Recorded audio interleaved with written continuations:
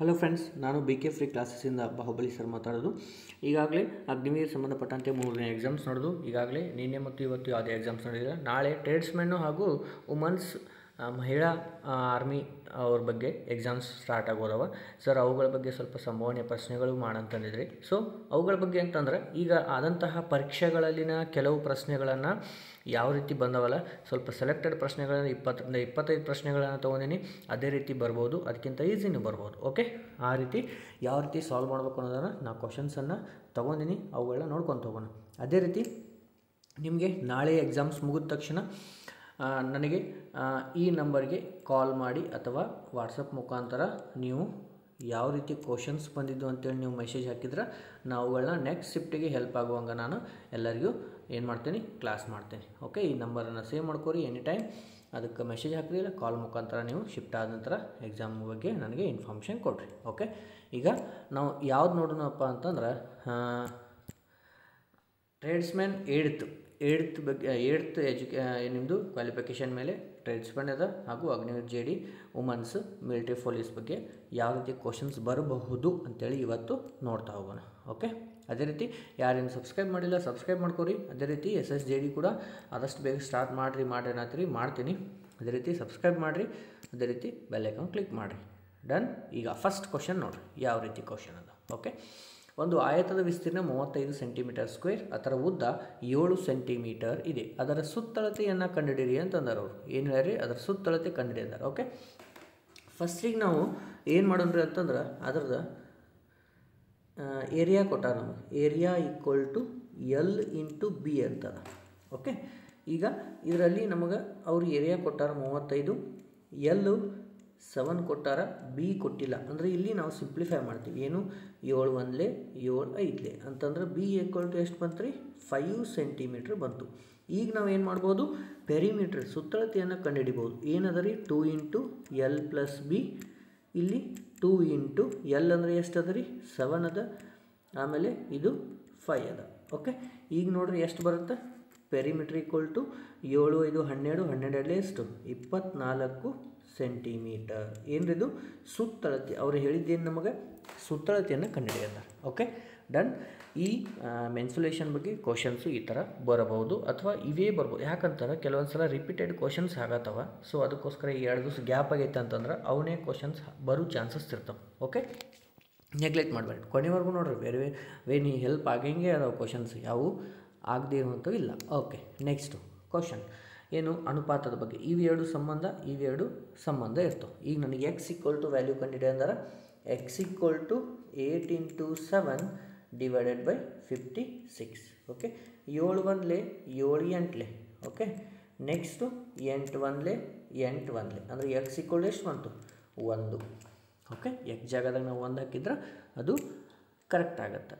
Okay, next A ಮತ್ತು ಬಿಗಳ ವಯಸ್ಸು.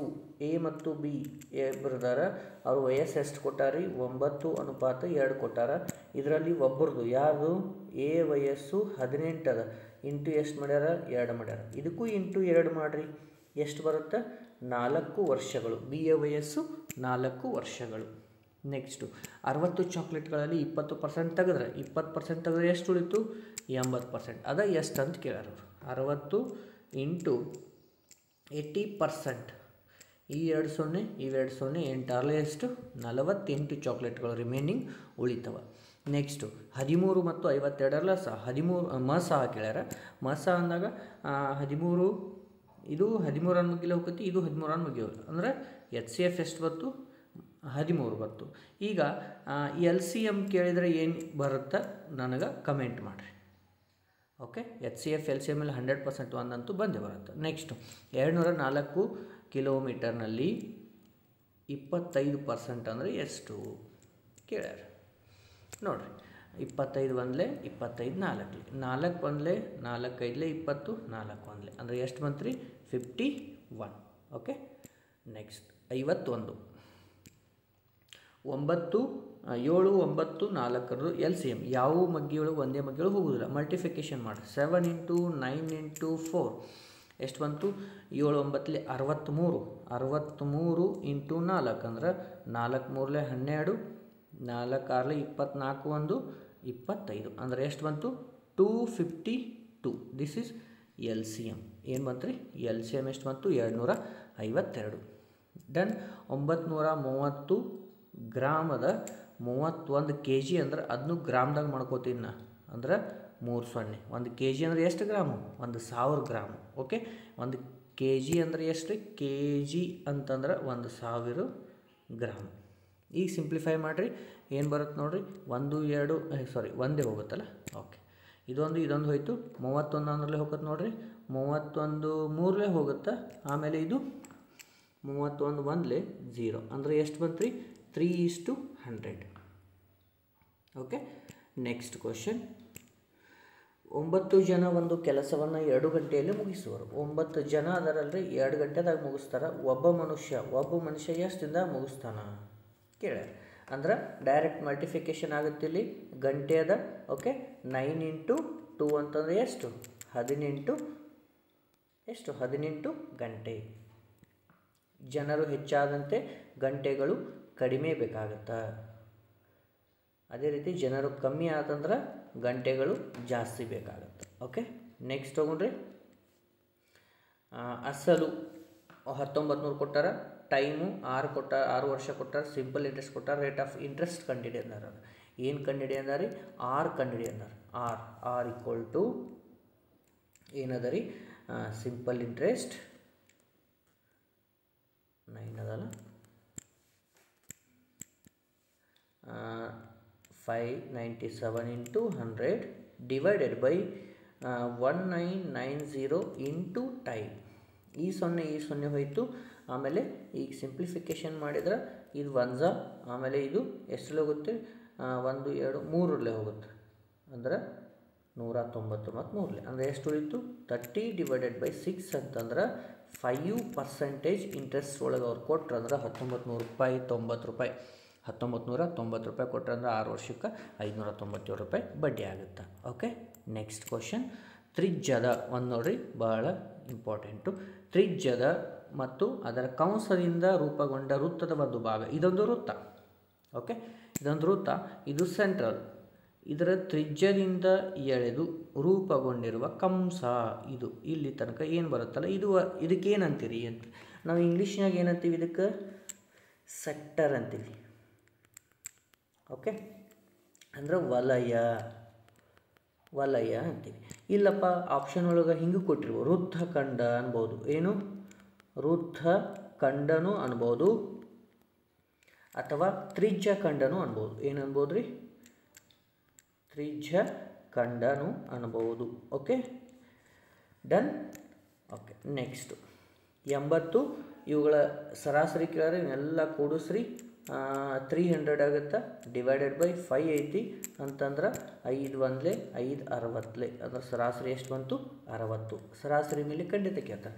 ಷಡ್ಭುಜಾದ ಒಂದು ಬದಿಯು 4√5 ಮೀಟರ್ ಆದರೆ ಅದರ ವಿಸ್ತೀರ್ಣ ಕೇಳ್ಯಾರ. ವಿಸ್ತೀರ್ಣ ಫಾರ್ಮುಲಾ ಗೊತ್ತೈತೆ? ಷಡ್ಭುಜ ಏನದ ರೀ? ವಿಸ್ತೀರ್ಣ equal to 3√3 divided by 2 into ಒಂದು ಬಾಹುವಿನ ಸ್ಕ್ವೇರ್ ಅಂತಂದ. ಅಂದ್ರೆ ಈಗ ನಾವು ಒಂದು ಬಾಹುವಿನ ಸ್ಕ್ವೇರ್ ಮಾಡಬೇಕು. ಏನಾಗುತ್ತೆ ನೋಡ್ರಿ, 3√3 ಡಿವೈಡೆಡ್ ಬೈ 2 ಇಂಟು ಅದ್ರ ಬಾಹು ಸ್ಕ್ವೇರ್ ಅಂದ್ರೆ √5 ಸ್ಕ್ವೇರ್. ಓಕೆ, ಈಗ ಏನಾಗುತ್ತೆ ನೋಡ್ರಿ, ಈಕ್ವಲ್ ಟು ಇದು 3√3 ಹಾಗೆ ಇಟ್ಕೊಂಡ್ಬಿಡ್ರಿ. ಅದೇನು ಬ್ಯಾಡ್, ಈಗ ಚೇಂಜಸ್ ಆಗೋದಿಲ್ಲ. Divided by 2. ಈಗ ನೆಕ್ಸ್ಟ್ ಏನಾಗುತ್ತೆ ನೋಡ್ರಿ, ಈ 4 ಸ್ಕ್ವೇರ್ ಎಷ್ಟಾಗುತ್ತೋ 16 ಇಂಟು 5 ಅಂದ್ರೆ ಈ ರೂಟು ಹೋಗುತ್ತೆ. ಅಂದರೆ ಎಷ್ಟು ಉಳಿತು? 5 ಉಳಿತು. ಹೌದಾ? ಡನ್. ಆಮೇಲೆ ಈಗ ಸಿಂಪ್ಲಿಫೈ ಮಾಡಿರಿ. ಎಷ್ಟು ಉಳಿತು ನೋಡ್ರಿ? 2 1 2 8. ಹೌದಾ? 8 5 40, 4 3 12 ಅಂತಂದ್ರೆ 120√3 ಮೀಟರ್ ಅದಲ್ಲ, ಮೀಟರ್ ಸ್ಕ್ವೇರ್. ಈ ಫಾರ್ಮುಲಾ ನಿಮಗೆ ಗೊತ್ತಿಲ್ಲ ಅಂತಂದ್ರೆ ನೋಟ್ ಮಾಡ್ಕೋರಿ. ಈ ಫಾರ್ಮುಲಾ ವೆರಿ ವೆರಿ ಇಂಪಾರ್ಟೆಂಟ್. ಯಾವುದಾದ್ರು ಷಟ್ಭುಜದ ವಿಸ್ತೀರ್ಣ ಕೇಳಿದಾಗ, ಒಂದು ಬಾಹುವಿಂದ ಕೇಳಿದ್ರೆ, ಒಂದು ಬಾಹುವಿನ ವಿಸ್ತೀರ್ಣ ಕೇಳಿದ್ರೆ ಜಸ್ಟ್ ಸ್ಕ್ವೇರ್ ಮಾಡೋಂಗಿಲ್ಲ ಅಷ್ಟೆ. ಓಕೆ, ಗೊತ್ತಾಯಿತು? Done. Okay, next 14th one.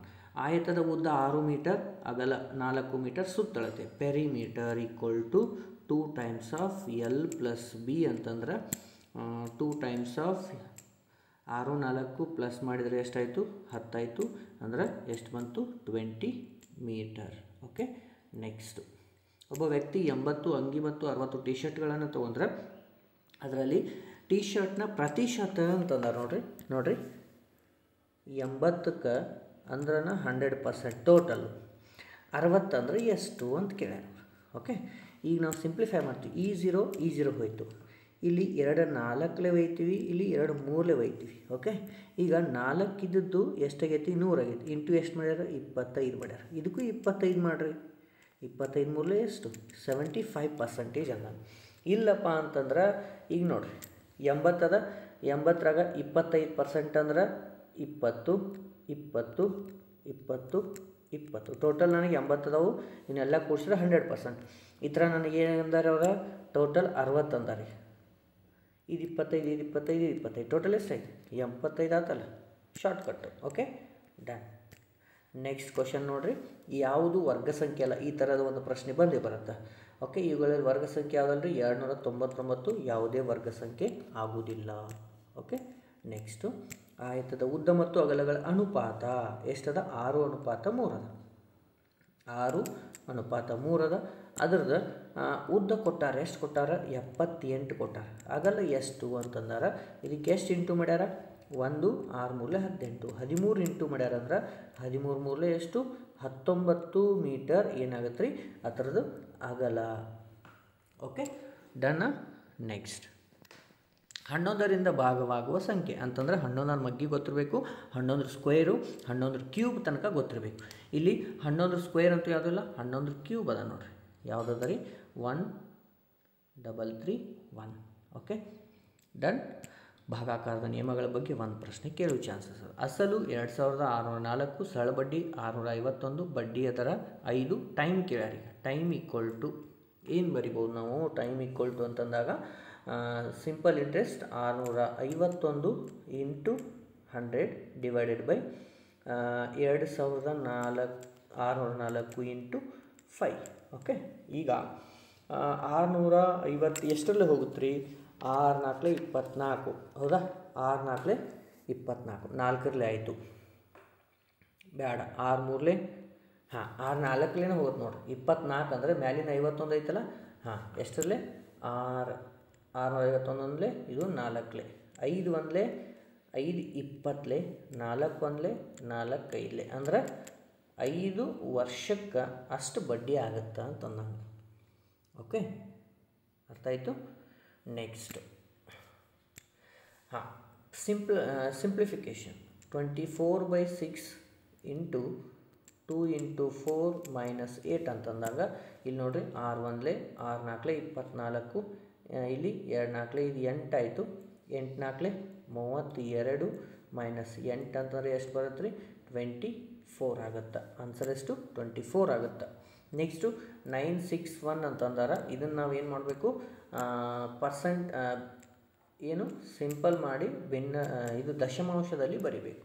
ಅಂದ್ರೆ 9.61 ಇದರಲ್ಲಿ ಯಾವುದೇ ಅಂಕಿ ಕೊಡ್ಬೋದು. ನಾನು ಸುಮ್ಮನೆ ಯಾವುದೋ ಒಂದು ಸಂಖ್ಯೆ ತೊಗೊಂಡು.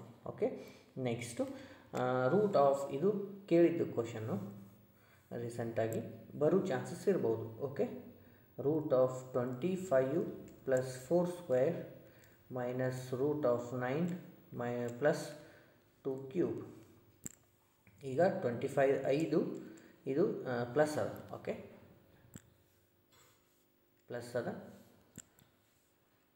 4 ಸ್ಕ್ವೇರ್ 16 ರೂಟ್ 3 ಅಂದರೆ 3 ಇಲ್ಲಿನೂ ಪ್ಲಸ್ ಆಗ್ಯದಲ್ಲ ಇದು ಮಲ್ಟಿಫಿಕೇಷನ್ ಅದ. ಸಾರಿ ಇದು ಮಲ್ಟಿಫಿಕೇಷನ್ ಅದ.